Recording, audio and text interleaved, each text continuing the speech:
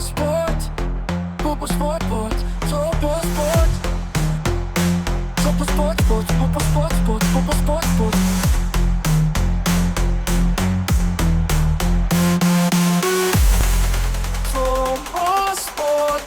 سلام زخبركم تخطاتلتي على توزينا سبورت النهو سناي مكتتال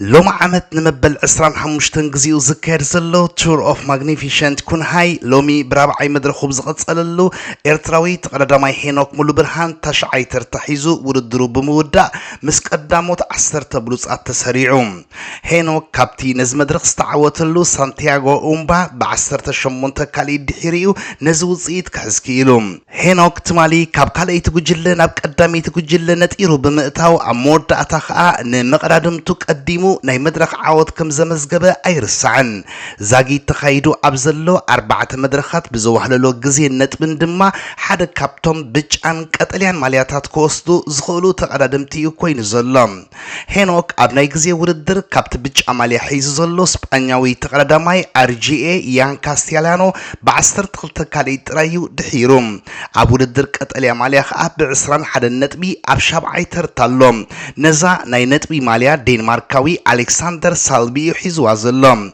زمت صورحي أبولتا سبانيا مسكلبو أستانا بلوس بقعد كنت صبارق تسميت زلو هينوك زحلف عمت أبزور الدر وناني بجان كتاليان ماليا كوينو كم زود أيرسعن لوم عمت كأ نايز حلف كبرو كعقب لعل قمتي توهيبو زلم شمون تمدرخات زد غالل تور اوف ماغنيفيشنت كون هايت صباح 135 نتبح 5 كيلومتر رحقات بزشفن مدرخ كغص اليوم إذ مدرخ عمونغو سلسة ناي نتبي قصبتا وردر زتقالل أبرئس مخانو ناي درجة حد ملكع زلو عقبون سلزهلو أب درجة تقالدمتي لو تتكرر لعل تسبيتها اللوم أبزناي لومي رابعي مدرخ عمود داتا كيلومترات كبيد مدقعة فن نيوز نبرة أولمبيكاوي تقالدا ماي مرحاو قدس مبل 30 كلتن ترتاحيزو وردرو كم زود تفليت اللوم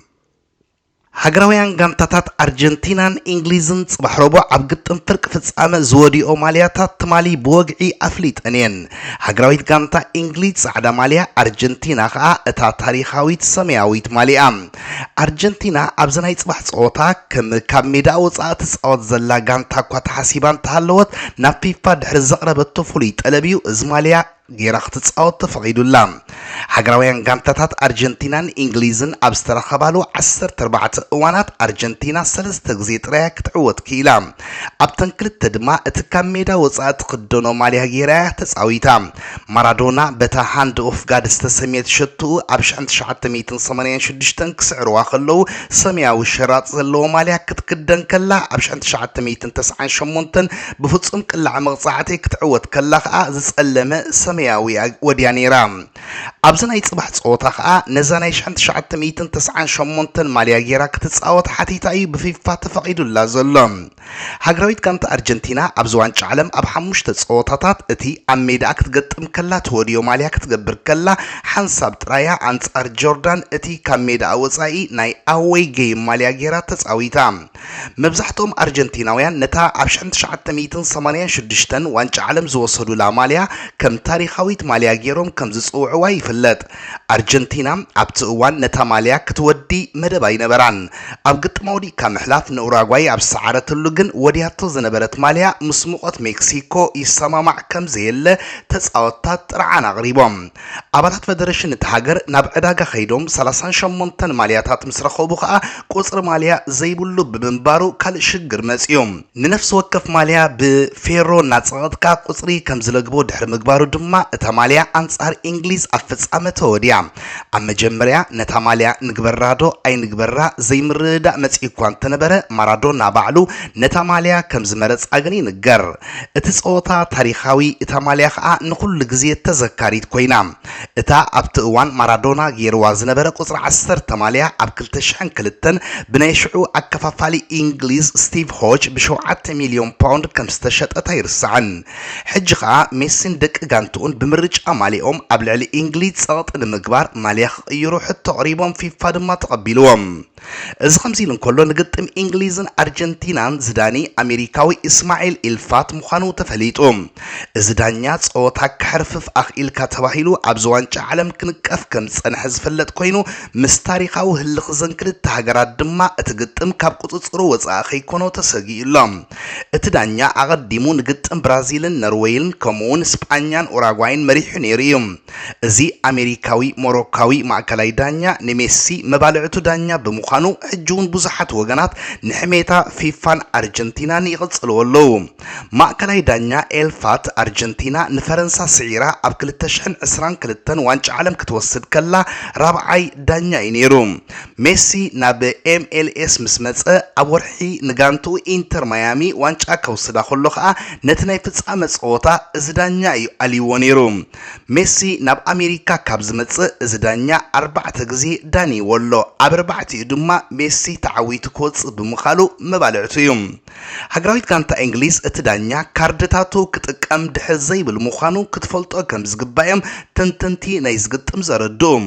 ንሱ ቅድሚ ዋንጫ ዓለም ኣብ ክለባት MLS ኣብ 10 ጸወታታት 41 ብጫ ካርድ 3 ቀይሕ ካርድ 3 ፍጹም ቅላዕ መቕጻዕቲ ብምሃቡ ክብረ ወሰን ክሕዝ ክኢሉ እዩ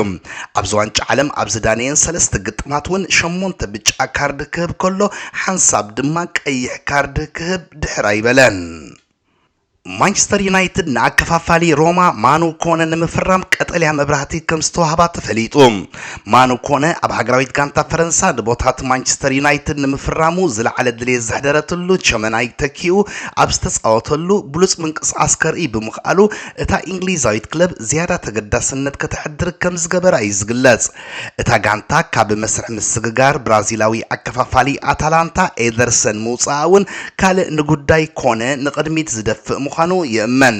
ብዝሽፍኖ ገፊሕ ቦታ ዝፍለጥ ማኑ ኮነ ዝሓለፈ ወቕቲ ሮማ ድሕሪ 2019 ንፈለማ ግዜ ናብ ቻምፒየንስ ሊግ ክትምለስ ዝለዓለ ኣበርክቶ ከም ዝገበረ ይንገር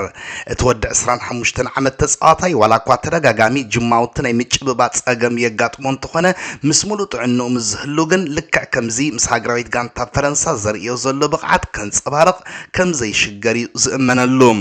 ኮነ ዝሓለፈ ዓመት ካብ ሮማ ክወጽእ ተቃሪቡ ከም ዝነበረን ወነንቲ ታጋንታ ግን ኣብቲ ጉዳይ ኢዶም ብምእታው ንሓደ ዓመት ክጸንሕ ከም ዝገበረውን ይፍለጥ ሎማ ዓመት ግን ናብ ፕሪምየር ሊግ ከይድ ምዃኑ ቀዲሙ ብምፍላጡ እታ ኢጣልያዊት ክለብ ዋላውን ኣብ ቻምፒየንስ ሊግ ተሃሉ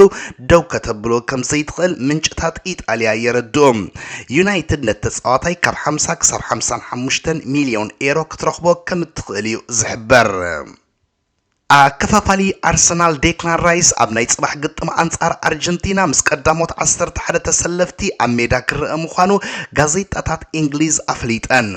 ኣንጻር ኖርዌይ ኣብ ዕረፍቲ ተቐይሩ ዝወፀ ራይስ ዋላ እኳ ሙሉእ ብምሉእ እንተዘይሓወየ ንሓኻይ ምንታጋንታ ግን ጸወታ ክጅምር ጸገም ከም ዘይብሉ ኣብ ምርባሽ ከም ዘሎየን እተን ጋዜጣታት ብተወሳኺ ዘረድኣ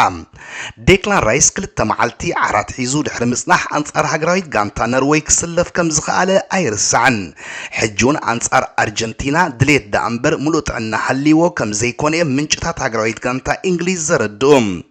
እንተ ናይ ጁድ ቤሊንግሃም ጉዳይ ግን ካብ ሓቂ ዝረሓቐ ኣጋንኖ እምበር ኣብዚ ናይ ጽባሕ ጸወታ ንኽስለፍ ዘሰክፍ ከም ዘየለ ተረጋጊጹ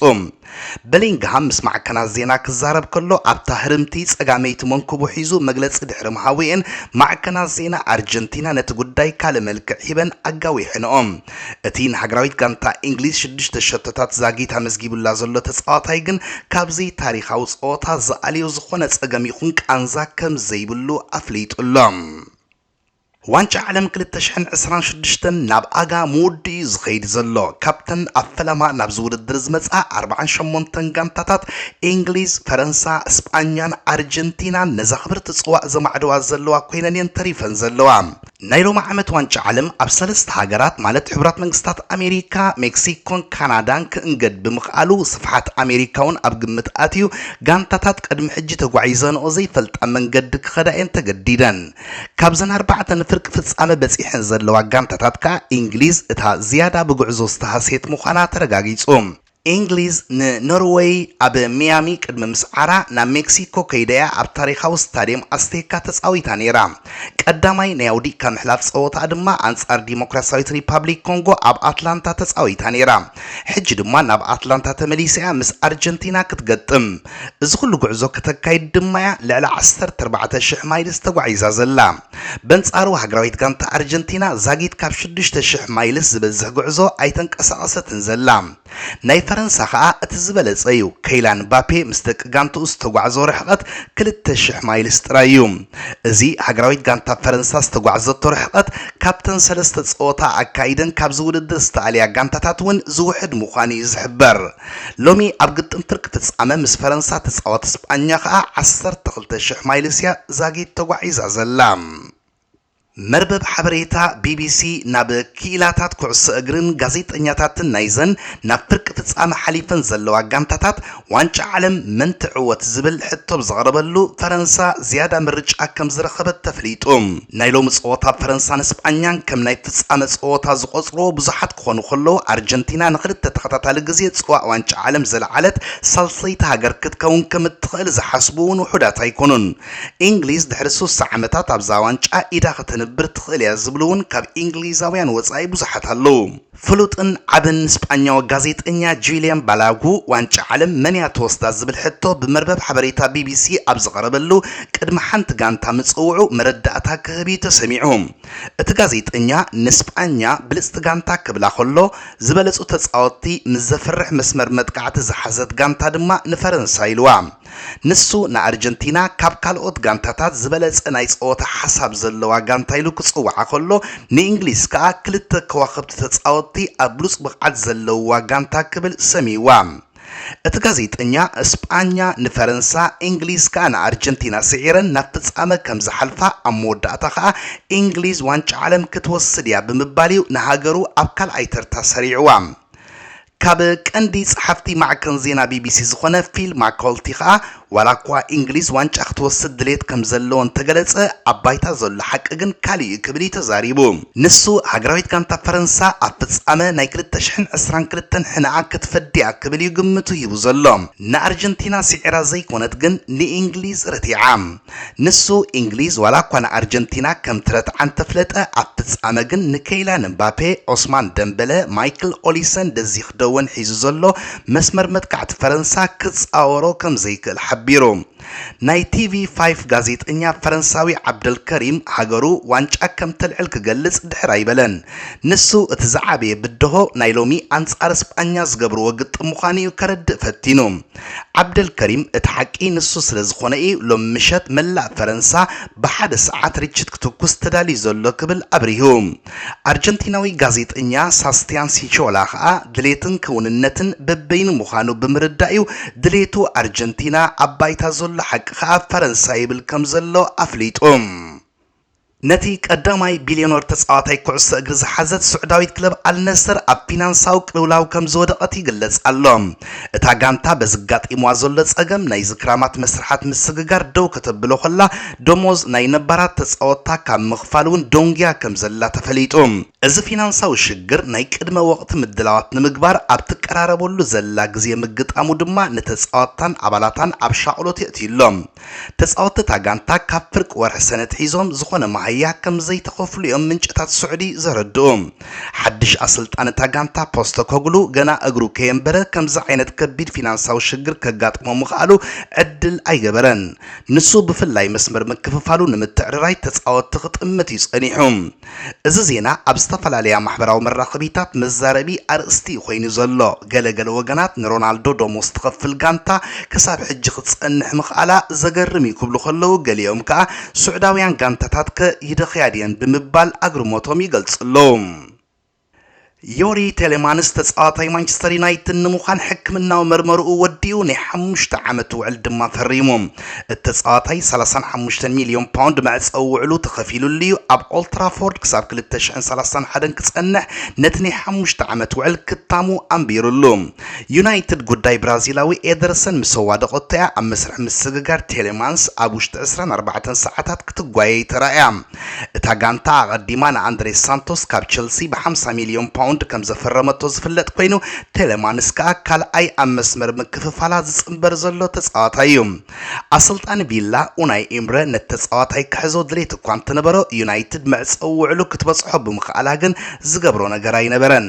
ቴሌማንስ ኣብ ቪላ ፓርክ ኣብ ጽንሐለን 3 ዓመታት 134 ግጥማት ከካይድ ከሎ ቪላ አከታቲላ ናብ ቻምፒየንስ ሊግ ክትሐልፍ ዓቢ አስተዋጽኦ ከም ዝገበረ እዩ ዝእመነሉ ኣብዚ ዓመት ዋንጫ ዩሮፒያን ሊግ ተወስድ ከላውን ኣብ ፍጻመ ሸቶ ኣመዝጊቡላ ነይሩ እዩ ክቡራት ተኸታተልቲ ነዚ ዕለት ዘዳለኽዎ ትሕዝቶ ብዝተፈጺሙሎ ሰላም ወሰናይ